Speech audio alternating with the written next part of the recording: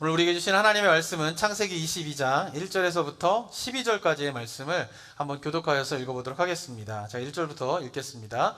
그 일 후에 하나님이 아브라함을 시험하시 부르시되 아브라함아 하시니 그가 이르되 내가 여기 있나이다.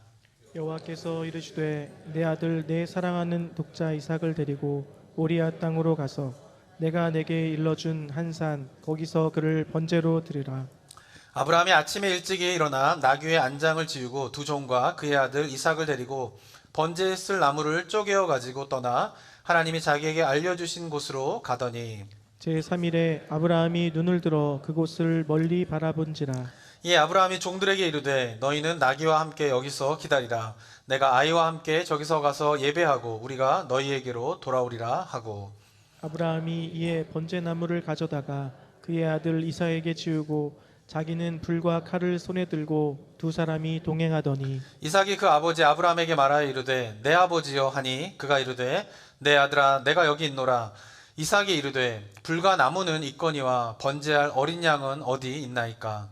아브라함이 이르되 내 아들아 번제할 어린 양은 하나님이 자기를 위하여 친히 준비하시리라 하고 두 사람이 함께 나아가서 하나님이 그에게 알려주신 곳에 이른지라. 이에 아브라함이 그곳에 제단을 쌓고 나무를 벌려놓고 그의 아들 이삭을 결박하여 제단 나무 위에 놓고 손을 내밀어 칼을 잡고 그 아들을 잡으려 하니 여호와의 사자가 하늘에서부터 그를 불러 이르시되 아브라함아 아브라함아 하시는지라.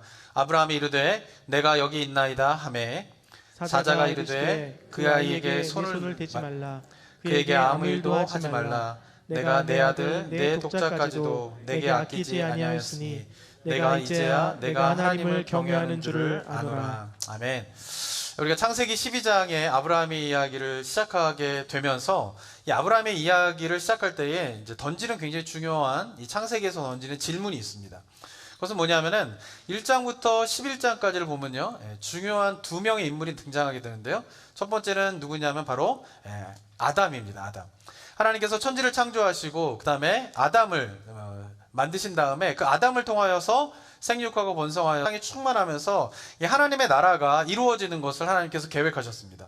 그런데 아담이 범죄함으로 말미암아 그 하나님의 계획하심이 이제 실패한 건 아니지만 이제 딜레이가 되게 되는 그런 일들이 벌어지게 되는 것이죠. 그런데 하나님은 그 하나님의 나라를 인간을 통하여서 세워가시려고 하는 계획을 포기하지 않으시고 또 한 사람을 이제 부르시는데 그게 누구냐면 노아입니다. 노아는 당대의 의인이요 당대의 완전한 자다라고 하는 칭찬을 받는 자였는데 하나님께서 그를 부르실 때에 그 부르심에 반응하여서 노아는 홍수의 심판을 대비하여서 하나님의 명령에 순종하여서 방주를 만들게 되면서 멋진 그런 순종의 그런 삶을 살아내는 듯 싶었습니다. 그렇지만 그 노아의 홍수 방주 이후에 포도주에 취한 노아는 자손들이 저주를 받게 되는 그런 끔찍한 영적인 실수를 저지르게 되면서 또한 아담과 같은 그런 실패의 모습으로 끝나버리는 인생이 되게 됩니다. 자, 그런 가운데에서 이제 그 1장부터 11장까지 아담과 노아의 이야기를 펼쳐가는 가운데에서 이제 하나님께서 또 한 사람을 부르시는데 그게 누구냐면 아브라함인 것이죠.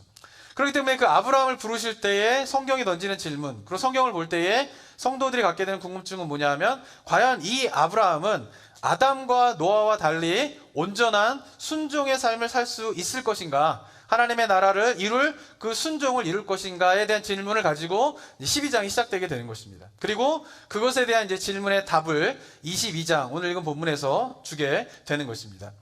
1절을 보면요, 우리가 지난 시간에 살펴보았지만 하나님께서 아브라함을 부르실 때에 시험을 하시려고 부르신다, 이렇게 성경에는 표현되어 있습니다. 지난 2주 전에 제가 성경 속에 나와 있는 시험의 유형에 대해서 제가 설명을 좀 드렸습니다. 그게 지금 기억나시나요? 안 나시면은 유튜브에 가셔서 설교를 계속 반복해서 들으세요. 다른 거는 몰라도 이 성경 속에 나와 있는 시험의 유형이 뭔가, 그리고 그것의 원인이 무엇인가, 그리고 그것에 우리가 닥쳤을 때에 각각 우리가 어떻게 그것에 대해서 대처를 해야 되는가에 대해서 명확하게 알고 계셔야 돼요. 그래서 제가 질문을 던질 때에 성경에 나와 있는 시험의 유형이 무엇입니까? 그것에 대해서 우리가 어떻게 대응을 해야 됩니까? 라고 하면 머릿속에 쫙 정리가 되셔야 돼요. 안 정리가 되신다? 그럼 어떻게 하셔야 돼요? 2주 전에 설교를 계속 반복해서 들으시면서 정리를 하세요. 왜냐하면 그걸 개념적으로 정리를 하는 게 굉장히 중요합니다. 그래서 내가 시험을 닥칠 때 어떻게 해야 되는가라는 것에 성경에 분명한 답이 있는데, 그것에 따라서 우리가 할 때에 우리의 삶 가운데 닥치는 여러 가지 시험들을 승리하며 이겨나갈 수 있다라고 하는 것을 기억하면서 성경 속에 나와 있는 그 시험의 것이 무엇인가, 이런 걸 잘 우리 성도님들이 기억을 하셨으면 좋겠습니다. 자, 그런 가운데 그 여러 가지 시험들 가운데에 창세기 22장에 나온 시험은 뭐냐면 하나님께서 하시는 시험이에요. 하나님께서. 근데 다른 시험들은 보면은 사람을 넘어뜨리기 위해서 시험이 일어나지만, 그러나 하나님께서 하시는 시험은 뭡니까? 넘어뜨리기 위한 시험이 아니라 뭐예요? 온전케 하기 위하여서 시험을 하신다라고 하는 것을 우리가 잘 기억을 해야 됩니다. 자, 그렇다면 하나님께서 아브라함을 온전케 하기 위하여서 도대체 무엇을 시험하시려고 하시는지, 하나님께서 하시는 시험은 지난 시간에 말씀드린 것처럼 테스트죠. 테스트. 무엇을 테스트하기 위해서 하나님께서 아브라함을 시험하시는지 한번 그것을 봐야 됩니다. 그 답이 12절에 나오게 되는데요. 12절 한번 읽어볼까요? 시작. 사자가 이르시되 그 아이에게 내 손을 대지 말라. 그에게 아무 일도 하지 말라. 내가 내 아들 내 독자까지도 내게 아끼지 아니하였으니 내가 이제야 내가 하나님을 경외하는 줄을 아노라. 하나님께서 12절에서 하나님께서 아브라함을 시험하시는 목적에 대해서 분명하게 이야기하세요. 그 목적이 무엇입니까? 아브라함이 하나님을 경외하는지 경외하지 않는지를 시험하기 위하여서, 알기 위하여서 하나님께서 이런 시험을 하셨다라고 이야기를 하고 있습니다. 자, 이제야 아브라함이 하나님을 경외하는 줄을 알았다. 이 표현이 어떻게 느껴지십니까? 어떻게 보면 이 표현이 굉장히 이상해요. 왜냐하면은 그럼 뭐야? 여태까지 아브라함은 하나님을 경외한 것이 아니었단 말인가? 라고 생각할 수 있는 표현이고요. 또 하나는 아브라함이 그렇게 경외하는 삶을 우리가 좀 살펴봤잖아요. 물론 실패하고 넘어지고 하는 것도 있었지만은 아브라함은 어쨌든 하나님을 경외하는 삶을 계속 살아왔다고요. 그러면 근데 이제와 하나님께서 아브라함이 하나님을 경외하는지를 알았다고? 뭔가 이상한 것이죠. 그동안 모르셨다는 얘기야? 라고 생각할 수도 있고요.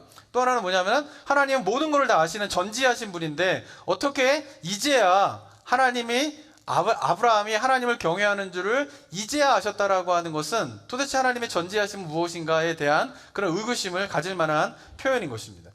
자, 그런데 이런 생각을 갖게 되는 이유는 무엇 때문이냐면요, 우리가 일반적으로 생각하는 알다라고 하는 개념과 히브리적 개념 속에서의 알다의 개념이 다르기 때문에 그렇다라고 하는 것이에요. 오늘 본문 속에서 하나님을 알게 되었다라고 했을 때에 그 알다의 히브리어의 단어는 뭐냐면 야다입니다. 야다. 제가 이 야다에 대해서는 창세기 19장에 롯의 이야기를 할 때 한번 자세하게 설명을 드렸습니다. 롯의 두 천사가 찾아오게 됩니다. 그러자 소돔 사람들이 다 그 두 천사가 있는 롯의 집에 찾아와서 어떻게 합니까? 두 사람을 이끌어내라. 우리가 그들과 상관하리라 라고 이야기한다고요. 근데 우리가 그들과 상관하리라, 이것은 성적인 행위에 대한 것을 의미하는데 그 상관하리라 라는 히브리의 단어가 뭐냐면 야다인 것이에요. 그러니까 야다는 19장에서는 상관하리라, 성적인 관계 또는 창세기에서는 또 부부관계, 그런 것을 의미하는 단어로 번역이 되기도 하고요. 야다는 또한 뭐예요? 알다, to know의 단어로 번역이 되기도 합니다. 어떻게 한 단어가 전혀 다른 의미인 알다와 성적인 행위, 어떤 부부관계의 의미로 둘 다 번역을 할 수 있을까?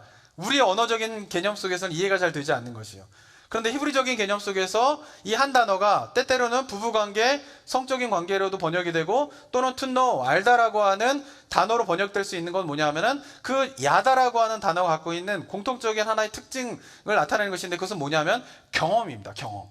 그러니까 부부관계도 뭐냐면 부부만이 서로 뭐예요? 경험적으로 알 수 있는 그런 것이 있는 것이에요. 그죠? 그래서 부부관계가 그런 것을, 부부관계가 경험을 통하여서 부부가 서로 알게 되는 것이죠. 그래서 부부관계라고 하는 것으로 번역이 가능하고, 그런데 또한 알다라고 번역을 할 때에 이 알다의 의미는 무엇입니까? 경험적인 알에 대한 이야기를 하고 있는 것이에요. 그런데 우리는 어떻습니까? 지금 우리가 알다라고 했을 때에는 경험을 하지 않아도 우리는 안다라고 말을 해요. 그렇게 생각을 하는 거예요. 저는 바이든 대통령을 만나본 적이 한 번도 없습니다. 이 가운데 혹시 바이든 대통령 만나보신 분이 계십니까? 네. 없으시죠? 근데 바이든 대통령을 아십니까? 안다라고요. 저는 바이든 대통령을 안다라고 이야기를 한단 말이에요. 근데 바이든 대통령을 저는 만나본 적도 없고 바이든 대통령과 어떤 개인적인 경험이 없지만 저는 바이든 대통령을 안다라고 이야기를 한단 말이에요. 근데 히브리적 개념에서는 나는 바이든 대통령을 모르는 거예요. 나는 바이든 대통령을 안다라고 말할 수 없는 거예요. 히브리적 개념에서. 왜? 저는 바이든 대통령을 만나본 적도 경험한 적도 없기 때문에 그렇다라고 하죠. 그런데 우리는 만나본 적도 없고 경험한 적도 없는 사람들에 대해서도 안다, 그 경험에 대해서 안다라고 이야기하지만 히브리적인 개념에서는 결코 그렇지 않다라고 하는 것이죠. 그렇기 때문에 하나님께서 아브라함이 시험을 통과하고 난 이후에 이제야 비로소 아브라함이 하나님을 경외하는지를 하나님이 알게 되었다라고 하는 의미는 뭐냐면, 아브라함이 그 시험을 통과하고 난 이후에야 비로소 하나님께서 아브라함이 하나님을 경외하는지를 내가 경험하게 되었다, 이런 의미인 것이에요. 그러니까 하나님께서 아브라함이 경외함에 대한 것을 체험하시고 난 이후에야 비로소 이제야 내가 아브라함이 하나님을 경외하는지를 알게 되었다라고 말하는 것이다 라고 하는 것입니다. 사랑하는 성도 여러분, 성경에서 이야기하는 믿음의 중요한 요소가 바로 여기에 있어요. 믿음은 뭡니까? 머리로 아는 것이 아니라 경험적으로 알게 되는 것, 그것이 바로 믿음인 것입니다. 그래서 하나님께서는 아브라함을 시험하신 거예요. 뭐를 알기 원해서? 아브라함의 믿음, 아브라함이 하나님에 대한 경외함을 어떻게 해요? 경험하고 싶으신 것이에요. 그렇기 때문에 아브라함을 시험하신 것이죠.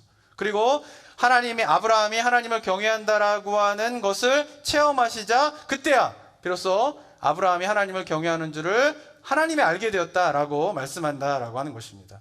사랑하는 성도 여러분, 하나님을 경외하는 것은요, 마음이 아니에요. 뭐예요? 행동입니다. 하나님을 아는 것은 생각으로 아는 것이 아니라 어떻게 해요? 경험적으로 알아야 된다라고 하는 것이에요. 하나님을 믿는 것은 마음속에서 이루어지는 것이 아니라 바로 행함에서 완성되어진다라고 하는 사실을 우리가 잘 기억해야 합니다. 그래서 야고보서는 이렇게 이야기합니다. 2장 20절을 보면요, 한번 읽어볼까요? 2장 20절 시작. 아하, 헛떠난 사람아, 행함이 없는 믿음이 헛것인 줄을 알고자 하느냐. 행함이 없는 믿음은 어떻다라는 거예요? 헛되다라는 거예요. 근데 행함이 없는 믿음이 헛되다라고 하는 것을 증명하기 위해서 야고보서에서 아브라함의 이야기를 21절과 21절에서 이렇게 이야기합니다. 한번 21절, 22절 또 읽어보겠습니다. 시작. 우리 조상 아브라함이 그 아들 이삭을 제단에 바칠 때에 행함으로 의롭다 하심을 받은 것이 아니냐. 내가 보거니와 믿음이 그의 행함과 함께 일하고 행함으로 믿음이 온전하게 되었느니라. 네, 야고보서에서 21장에서 뭐라고 이야기합니까? 아브라함이 이삭을 바친 행위, 그것 때문에 어떻게 해요? 의롭다함을 받았다라고 이야기를 하고 있어요.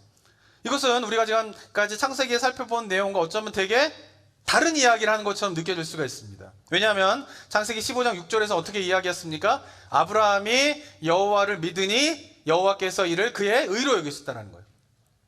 이삭을 바치기 전에 이미 하나님은 아브라함이 하나님을 믿으니까 아브라함 어떻게 했어요? 의롭다라고 인정해 주셨어요. 15장에서. 근데 야고보서는 어떻게 합니까?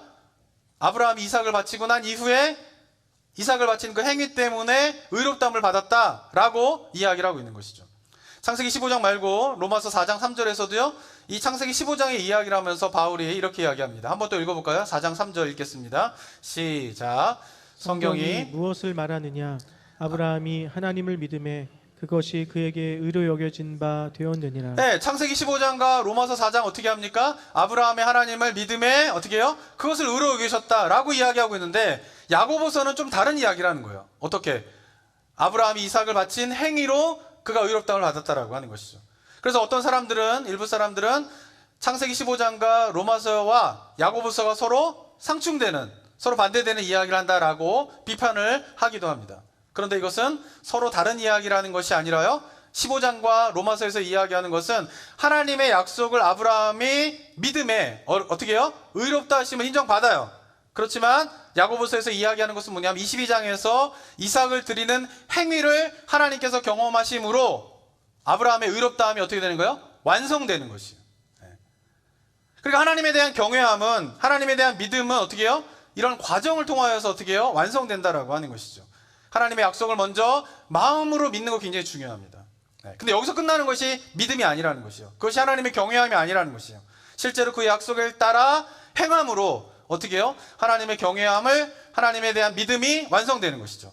그리고 우리가 이러한 약속을 실천을 하는 것을 누가 경험해야 돼요? 하나님이 경험하셔야 돼요. 중요한 것은. 우리가 하나님을 우리가 경험하는 것은 되게 신앙에 관심을 갖습니다. 그죠? 근데 오늘 성경에서 이야기하는 건 뭐예요? 우리가 하나님에게 경외하는 것을 누가 경험하셔야 돼요? 하나님이 경험하셔야 돼요. 하나님이 경험하시는 삶이 있어야 된다라고 하는 거예요. 우리가 하나님을 경외하는 그 경험을 하나님이 하시게 될 때에 어떻게 되는 거예요? 우리의 믿음이 완성된다라고 성경은 이야기하고 있는 것입니다. 이러한 내용에 대해서 예수님도 이야기하시는 부분이 있습니다. 마태복음 7장 21절에 보면 이렇게 기록되어 있습니다. 한번 읽어볼까요? 시작. 나더러 주여 주여 하는 자마다 다 천국에 들어갈 것이 아니요 다만 하늘에 계신 내 아버지의 뜻대로 행하는 자라야 들어가리라. 22절 읽겠습니다. 시작. 그날에 많은 사람이 나더러 이르되 주여 주여 우리가 주의 이름으로 선지자 노릇하며 주의 이름으로 귀신을 쫓아내며 주의 이름으로 많은 권능을 행하지 아니하였나이까 하리니. 23절 읽겠습니다. 그때 내가 그들에게 밝히 말하되 내가 너희를 도무지 알지 못하니 불법을 행하는 자들아 내게서 떠나가라 하리라. 네, 저는 예전에 가장 무서워하는 본문의 말씀이 이 본문의 말씀이었어요. 저는 한동안 내가 예수님을 열심히 믿는데 이 본문을 볼 때마다 자신이 없었어요. 내가 예수님을 열심히 믿고 신앙생활을 하는데 나중에 예수님을 만나게 되었을 때에 예수님이 나를 모른다고 하면 어떡하지? 막 이런 두려움과 염려가 많이 있었습니다. 우리 성도님들은 어떠신가요? 저는 그런 게 되게 많았어요. 이 본문에 대한 걸 대할 때마다 되게 두려운 마음이 있었어요. 왜냐하면 그게 좀 이상해요. 여기서 본문에 보면은 주의 이름으로 선지자 노릇을 하고 주의 이름으로 귀신을 쫓고 주의 이름으로 권능을 행하는 자들이 심판대 앞에 섰는데 예수님이 그들을 모른다는 거예요. 근데 여기서 이야기하는 것은 왜 예수님이 그들을 모른다라고 하냐면은 그들이 주의 이름으로 한다고 하지만 그것은 거짓 선지자 노릇이었고 주의 이름으로 그들이 한다라고 하지만 그것은 거짓 귀신을 쫓아내는 것이었고 그들이 주의 이름으로 한다라고 하지만 거짓으로 권능을 행한 것이었기 때문에 예수님께서 그들을 모른다는 게 아니에요. 여기서는 거짓 선지자, 거짓 것을 행하는 자들에 대한 이야기를 하고 있는 게 아니에요. 이들은 정말로 어떻게 해요? 주의 이름으로 선지자 노릇을 한 거예요. 진심으로. 주의 이름으로 어떻게 해요? 귀신을 쫓아낸 거예요. 진심으로. 그리고 주님의 이름으로 권능을 행한 거예요. 진심으로. 그런데 예수님께서 그들을 모르신다는 거예요. 어떻게 이런 일이 일어날 수 있냐라고 하는 것이죠. 여기서도 마찬가지로 예수님이 그들을 모른다, 알지 못한다라고 했을 때 그것은 뭘까요? 경험적으로 내가 너희를 만난 적이 없다라고 이야기를 하는 것이에요. 내가 너희들의 이름을 모른다, 너희들의 귀신을 쫓아낸 행위를 모른다, 너희들의 권능을 행하는 그 모습을 모른다, 이런 게 아니에요. 예수님은 그런 걸 다 아세요. 그럼에도 불구하고 그들과 개인적으로 만났을 때는 예수님은 그들을 향하여서 나는 너희를 도무지 알지 못한다라고 이야기를 하신다라는 거예요. 이유가 무엇 때문일까요? 주님의 이름으로 권능을 행하고 귀신을 쫓고 선지자 노릇을 한다 하더라도 그들이 하나님과 개인적으로 만난 경험이 없다면 하나님은 내가 너를 경험적으로 만난 적이 없다라고 하면서 모른다라고 하신다는 거예요. 저는 요즘에도 이런 본문의 말씀, 오늘 본문의 말씀 참 두려운 마음을 갖습니다. 예전과는 좀 다르게. 예전에는 구원의 확신과 믿음과 이런 것들에 대한 것을 잘 모르는 가운데 자꾸 불안함 가운데에서 예수님이 나를 모른다라고 하면 어떡하지라는 두려움이 있지만 지금은 다른 두려움이에요. 뭐냐면 제가 목사로 활동을 하는데 제가 나성북부교회 담임 목사로 열심히 사역을 하는데 제가 어떨 수 있다라는 거예요? 하나님과 개인적으로 만나지 않을 수 있다는 거예요. 여기 있는 성도님들이 열심히 예배를 지금 드리고 있는데 예배를 드리는데 개인적으로 하나님을 경험한 적이 없을 수 있다는 거예요. 왜? 하나님의 약속의 말씀을 따라 살아가는 삶이 없으면 하나님을 경험할 수 없어요. 아브라함이 어떻게 하나님을 경험하게 됩니까? 하나님이 어떻게 아브라함을 경외하는지를 경험하게 됩니까? 아브라함이 하나님의 약속의 말씀을 따라 살아간 삶의 모습들이 있기 때문에 그래요. 그런데 우리가 만약에 하나님의 약속의 말씀이 우리 삶 가운데 중심이 되어서 그 말씀이 우리의 삶을 이끌어가는 그런 삶이 없는 가운데에서 예배 참석하고 목사 일을 하게 되고 장로 일을 하게 되고 집사 일을 하게 됐을 때에 그것이 거짓된 건 아니에요. 그런데 놀라운 사실은 예수님 앞에 서게 됐을 때에 내가 너희를 도무지 알지 못한다. 왜? 내가 너를 개인적으로 경험한 적이 없다라고 말씀하실 수 있다라고 하는 것이죠. 그런 의미에서 굉장히 두렵고 떨림으로 전 이 본문을 바라보게 됩니다. 사랑하는 성도 여러분, 왜 이런 이야기를 하십니까? 하나님에 대한 믿음이 뭐예요? 하나님을 경외한다라고 하는 것은 뭐예요? 마음으로 하는 게 아니에요. 머리로 하는 게 아니에요. 하나님에 대한 경외함, 하나님에 대한 믿음 무엇입니까? 경험적으로 나와야 한다라고 하는 것입니다. 사랑하는 성도 여러분, 우리의 믿음이 어떻게 완성되어지는가를 우리가 잘 기억하고 계셔야 돼요. 하나님이 우리의 믿음을 경험하시게 되어 우리가 하나님을 경외하는 줄을 하나님께서 아셔야 돼요. 우리의 신앙이 그렇게 되기를 소망합니다. 우리의 신앙이 하나님이 경험하시는, 하나님이 그래서 아시는 그런 삶이 우리의 삶이 되어야 한다라고 하는 것입니다. 저는 여러분들이 모두가 하나님 앞에서 내가 이제 네가 나를 경외하는 줄을 내가 경험하였다. 그래서 이제 네가 나를 경외하는지를 내가 알게 되었다라고 하는 이 하나님의 말씀을 듣는 삶이 우리 성도님들의 모든 삶이 되기를 주님의 이름으로 축원합니다. 자, 경험을 통하여서 하나님이 아브라함의 경외함을 아시게 되는 것처럼, 또한 근데 아브라함도 경험을 통하여서 하나님의 전능하심을 이제 알게 되는 일이 벌어지게 됩니다. 오늘 본문 속에서 아들 이삭을 바치라는 하나님의 명령에 반응하는 그 아브라함의 모습을 가만히 보면요, 이전과는 확실히 달라진 모습으로 오늘 본문에 나타나는 것을 보게 됩니다. 2절 한번 읽겠습니다. 22장 2절 한번 읽겠습니다. 시작. 여호와께서 이르시되 내 아들 내 사랑하는 독자 이삭을 데리고 모리아 땅으로 가서 내가 내게 일러준 한 산 거기서 그를 번제로 드리라. 예, 아들을 번제로 드리라 라고 하는 이 하나님의 명령은요, 하나님께서 아브라함을 처음 부르실 때의 12장에서 주신 약속과 상충되는 명령이에요. 왜냐하면 창세기 12장에서 아브라함을 하나님께서 부르실 때 하나님께서 주신 약속이 뭡니까? 내가 너로 큰 민족을 이루겠다라는 것이요. 그런데 너로 큰 민족을 이루겠다라고 하는 이 약속을 아브라함이 믿었어요. 그런데 잘못 믿은 것이 있었죠. 왜? 하나님께서는 그 큰 민족을 어떻게 이루시려고 하시냐면 바로 아브라함과 사라의 몸에서 난 자를 통하여서 이루시려고 하는데, 아브라함은 큰 민족을 이루겠다라고 하는 약속은 받아들였지만, 그럼 뭐는 받아들이지 못한 거예요? 사라와 자기의 몸 사이에서 아들을 낳게 될 것이다 라고 하는 사실은 받아들이지 못한 거예요. 그래서 그것 때문에 어떻게 해요? 그가 계속 어떻게 해요? 씨름하는 그런 장면이 25년 동안 지속이 되는 거예요. 그것을 잘 받아들이지 못하기 때문에 조카 롯을 데려다가 생활하게 되고요, 또한 어떻게 종인 엘리에셀을 데려다가 상속자로 삼으려고 하게 되고요, 그것도 이것도 다 하나님의 뜻이 아니다라고 하는 것을 알게 되자 몸종 하갈의 몸을 통하여서 이스마엘을 낳게 되는 그런 영적인 잘못들을 범하게 된다라고 하는 것이에요. 그런 일들이 다 왜 일어나게 된 것이요? 사라와 자신의 사이에서 아들을 낳을 것이다 라고 하는 그 약속을 받아들이지 못했기 때문에 그런 거예요. 그러면서 25년 동안을 씨름하면서 그가 여러 우여곡절을 겪는 가운데에서 100세가 되어서 비로소 이삭이 낳게 됩니다. 그리고 100세가 되어서 이삭을 낳게 되었을 때에 아브라함이 비로소 깨닫게 되는 거죠. 아, 하나님께서 정말 사라와 그 아들을 바치라는 거예요. 그럼 이것은 뭐예요? 하나님께서 큰 민족을 이루겠다라고 하는 것과 자기가 그것을 받아들이지 못하여서 25년 동안 씨름했던 그 삶으로 다시 백하는 것입니다.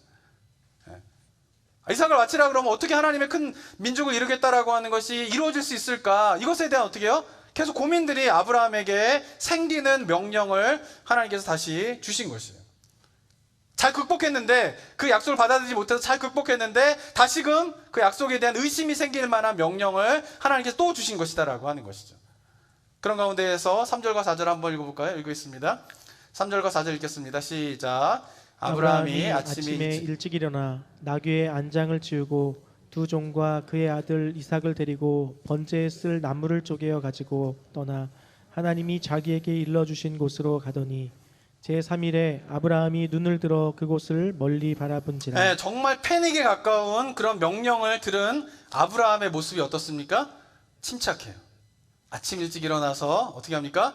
나귀를 준비하고요, 전혀 고민하는 모습이 없어요. 그리고 두 종을 세우고 그 다음에 어떻게 합니까? 이삭을 데리고 그 다음에 번제에 쓸 나무를 자신이 직접 준비합니다. 종에게 시킬 수도 있을 만한 부자였지만 그는 자기가 직접 그 번제를 준비합니다. 그리고는 어떻게 해요? 3일 길을 걸어가게 돼요. 저는 여기서 보면 하나님이 참 잔인하다는 생각을 하게 됩니다. 3일 길을 가서 굳이 거기서 번제를 드리라 그래요. 그러니까 그 자리에서 드릴 수도 있는데, 근데 브엘세바, 아브라함이 있던 브엘세바에서 모리아 땅까지는 한 3일 길이 걸리는 거예요. 근데 굳이 그 3일 길을 가서 번제를 드리라고 하나님께서 명령하셨습니다. 이게 되게 고통스러운 시간일 거예요, 아브라함에게 있어서는. 왜냐하면 만약에 하나님께서 네 아들 이삭을 바치라 그러면 아브라함이 믿음 있는 사람이잖아요. 그럼 네, 제가 순종하겠습니다, 마음을 다지고 바로 번제를 드리면은 그래도 수월해요. 그런데 하나님 앞에서 네 아들을 바쳐라, 네, 순종하겠습니다. 그리고 이제 어떻게 하는 거예요? 3일 길을 가야 되는 거예요. 근데 그 3일 길을 어떻게 합니까? 아들을 데리고 3일 동안 여행을 가는 거예요. 생각해 보세요. 이제 3일 뒤면은 내 아들이 죽는다라고 생각하면서 3일 동안 아들하고 여행을 한다고 생각해 보세요. 3일 길을 한다고. 그 아들의 모습이 어떨 것 같아요? 마음 가운데 그래, 내가 하나님의 명령에 따라 이 아들을 번제로 바쳐야지 다짐하다가도 아들의 모습을 보면 어떨까요? 그 마음이 막 흔들릴 거 아니에요. 아들의 모습 하나하나, 행동 하나하나, 예전에는 그렇게 미워 보이던 것도 이제 3일 뒤면 우리가 얘가 죽을 수도 있다라고 하고 이제 번제에 바친다라고 하면은 그 미워했던 모습조차도 사랑스럽고 이뻐 보이지 않겠어요? 근데 그 3일 길을 같이 가게끔 하나님께서 하라고 명령하신다고요.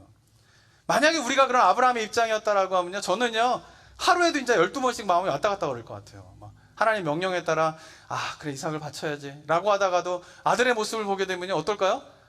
이 아들을 어떻게 바치나 이런 마음 속에서 여기서 아들을 데리고 그냥 도망갈까 막 이런 마음. 아니야 그래도 하나님 말씀에 순종해야지 이러면서 어떻게 해요? 한 시간도 그런 생각에 휩싸여 가지고 너무나 고통스럽고 힘들 건데 아브라함을 하나님께서는 3일 길을 가게 하신다고요.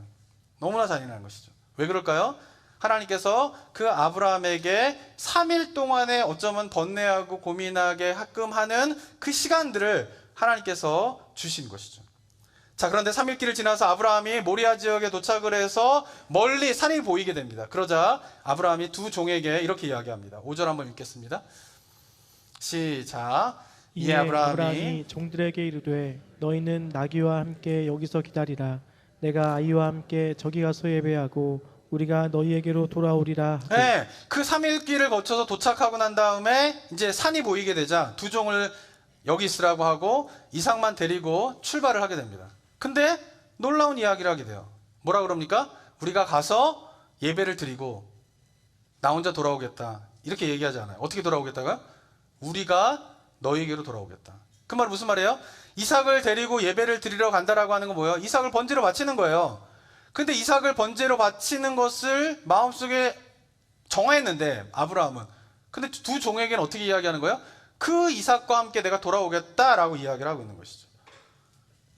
이런 이야기를 하는 가능성 두 가지밖에 없어요. 첫 번째는 뭘까요? 이삭을 죽일 건데 지금 죽인다고 얘기하면은 어떻게 해요? 이삭이 가만히 있지 않을 것 같아요. 그러니까 이삭을 속이기 위하여서 거짓말을 하는 거예요. 우리가 돌아올 것이다. 이것은 이삭은 못 돌아올 거라고 아브라함은 알고 있지만, 그러나 이삭을 안심시키기 위하여서 우리가 같이 돌아올 것이다 라고 말했을 가능성이 있죠. 두 번째 경우는 뭘까요? 이삭이 번제로 바칠 것에 대해서 마음을 먹고 그가 번제로 바쳐질 것을 아브라함은 알았어요. 그런데 그가 다시 돌아올 것이다 라고 생각한 이유는 무엇 때문일까요? 하나님께서 그를 번제로 받으시면 그 하나님께서, 전능하신 하나님께서 죽은 이삭을 어떻게 할 것이라고 아브라함이 믿었던 거예요? 다시 살리실 것을 그가 믿었다라는 거예요. 그래서 다시 살아난 그 이삭과 함께 우리가 너에게로 돌아오리라 라고 말했다라고 하는 것이죠. 둘 중에 뭐가 맞을까요? 후자가 맞는 것이에요. 그래서 이 부분에 대해서 히브리서 11장에서 이렇게 이야기를 합니다. 17절부터 19절까지 한번 읽어보겠습니다. 시작. 아브라함은 시험을 받을 때에 믿음으로 이삭을 드렸으니 저는 약속을 받은 자로 돼 그 독생자를 드렸느니라. 저에게 이미 말씀하시기를 내 자손이라 칭할 자는 이삭으로 말미암음이라 하셨으니 저가 하나님이 능히 죽은 자 가운데서 다시 살릴 줄로 생각한지라. 비유컨대 죽은 자 가운데서 도로 받은 것이니라. 네, 3일 길을 가고 난 다음에 도착해서 종들에게 우리가 제사를 드리고 난 다음에 예배를 드리고 난 다음에 우리가 돌아오리라 라고 말했던 이유는 뭐냐 하면, 아브라함은 이삭을 번제로 바쳐서 이삭이 죽는다면 하나님께서 그를 다시 살리실 분으로 믿었다라는 거예요. 왜? 하나님의 약속이 뭐예요? 이삭을 통하여서 큰 민족을 이루겠다라고 약속하셨으니까 만약에 이삭이 죽는다면은 하나님 그 이삭을 살리시더라도 하나님의 약속을 반드시 이루시는 신실한 하나님이시라는 것을 아브라함이 믿은 것이죠. 그리고 그렇게 신실한 하나님이 그의 약속을 성취하실 수 있도록 죽은 자를 다시 살릴 수 있는 전능하신 분이 또한 하나님이다 라고 하는 것을 아브라함이 믿었던 것이에요. 그래서 그가 종들에게 이런 이야기를 했다라고 하는 것이죠. 사랑하는 성도 여러분, 아브라함이요 처음부터 하나님의 전능하심을 알게 된 것이 아니에요. 처음에 어떻습니까? 요즘의 관점, 아까 말씀드린 것처럼 우리가 안다라고 하는 개념 속에서는 아브라함은 하나님의 전능하심을 알았을 것이에요. 하나님 그를 부르실 때부터, 약속을 주실 때부터 하나님께서 행하시는 모든 일 가운데 하나님은 전능하신 분이다라고 우리가 아는 것처럼 알 수 있었을 것이에요. 근데 성경은 그것을 진짜 하는 것이 아니다라고 이야기를 하고 있죠. 왜? 하나님에 대한 약속은 듣고 마음으로 믿었지만 그러나 경험하지 않았어요. 하나님의 약속을 어떻게 성취하시는지, 그 성취하시는 과정 속에서 하나님이 어떻게 행하시는지를 아브라함은 경험하지 못했어요. 그래서 그는 아직까지 하나님의 전능하심을 알지 못했는데 25년 동안 그가 체험한 것이 있어요. 그것은 뭐냐면 하나님을 경험한 것이에요. 약속을 이루는 과정 속에서 하나님께서 어떻게 이루시는가를 그가 하나님을 경험하게 돼요. 그리고 25년 동안 하나님을 경험한 그가 이삭을 딱 낳게 되자 어떻게 되는 거예요? 하나님께서 불가능한 가운데에서도 아들을 낳게 하시는 전능하신 분이시구나 라고 하는 것을 그가 체험적으로 알게 된 것이에요. 그리고 100세에 이삭을 낳게 되었을 때 하나님의 전능하심을 그가 체험적으로 이제 알게 되자 무서울 게 없는 거예요. 아들을 바쳐라 라고 하는데 이전 같았으면 어땠을까요? 아브라함의 모습이 어땠습니까? 하나님 이런 명령을 하면 조급해하는 모습이었어요. 하나님의 약속을 믿지 않은 건 아니에요. 아브라함이 우리가 살펴봤지만 믿어요. 그런데 아브라함의 문제는 무엇이었을까요? 그 약속을 믿는데 조급해해요. 초조해해요. 불안해요. 그래서 하나님의 약속을 믿기는 믿는데 무엇인가 조급하기 때문에 조카를 데리고 하고 엘리에셀을 후계자로 삼으려고 하고 이스마엘을 낳게 되는 그런 일들을 자꾸 벌리게 되는 거예요. 아내를 누이라고 하고. 믿지 못해서가 아니에요. 뭐가 문제일까요? 약속에 대한 것을 받으면서 믿는데 조급해하는 거예요. 불안해하는 거예요. 저는 이곳에 많은 성도님들의 신앙의 모습이 이렇다고 생각합니다. 여기 계신 분들은 적어도 하나님의 약속을 믿지 않으려고 하는 분들 단 한 사람도 없을 것이에요. 근데 우리 신앙의 문제는 무엇일까요? 하나님의 약속을 믿기는 믿는데 조급해하는 거예요. 불안해하는 거예요. 믿는데 불안해요. 믿는데 염려를 하고 있는 것이죠. 그것이 우리의 신앙의 목표예요. 이 신앙의 문제인 것이죠. 그런데 그 이유가 무엇 때문일까요? 하나님을 경험하지 않았기 때문인 것이죠. 하나님이 전능하신 분이다라고 하는 것을 경험적으로 알지 못할 때에 약속은 믿지만 불안해하는 거예요. 염려가 있는 거예요. 조급해하는 것이. 그런데 아브라함이 이제야 비로소 하나님이 전능하신 분임을 아브라함이 알자 100세에 이삭을 낳고 난 다음에 이삭을 바치라는데 불안해하지 않아요. 침착하게 아침에 일어나 자기가 나귀를 챙기고 모든 나무를 다 챙겨서 떠나는 거예요. 3일길을 우리 같았으면 불안하고 염려하고 걱정하면서 고뇌와 번뇌의 시간으로서 3일을 보냈겠지만 저는 그 모리아 땅에 도착해서 종들에게 이제 우리가 예배를 드리고 난 다음에 우리가 돌아오리라 라고 말하는 그 아브라함의 모습을 봤을 때에 아브라함에게 있어서 그 3일길은 불안하고 염려하고 번민하고 갈등하는 초조의 시간이 아니라 하나님의 전능하심을 더 신뢰하며 바라보는 순종의 시간으로서의 3일을 보냈을 것이다 라고 하는 것이죠. 그 3일은 그에게 고통스러운 시간이 아니라 하나님을 더 바라보면서 신뢰하는 순종의 그 순종을 할 때에 그 가운데 평강이 있는 그런 삶을 경험하는 3일이었을 것이다 라고 저는 생각을 하게 됩니다. 어떻게 자식을 번제로 바치려는 아버지가 우리가 이제 돌아올 것이다 라고 하는 말을 할 수 있습니까? 그것은 아브라함이 이제 40여 년 동안 이삭을 바치게 될 때까지가요, 아브라함을 부르시고 한 40여 년의 시간이 지난 거예요. 25년 동안 하나님의 약속에 전능하심에 대한 것을 제대로 알지 못하는 가운데에서 씨름하던 그가 하나님을 경험적으로 이제 알게 되자 그는 완전히 다른 사람이 되는 거예요. 어떠한 명령, 어떤 환경, 어떤 조건 속에서도 하나님에 대한 믿음이 흔들리지 않는, 하나님의 전능하심에 대한 것이 흔들리지 않는 그런 믿음의 사람으로서 이제 우뚝 서서 그러면서 자식을 번제로 바쳐서 만약 그가 죽는다 하더라도 하나님은 신실하신 하나님이 그 아들을 통하여서 하나님의 약속을 이루시겠다라고 하는 것을 체험적으로 알기에, 그리고 그 신실하신 분은 죽은 자도 다시 살릴 수 있다라고 하는 것.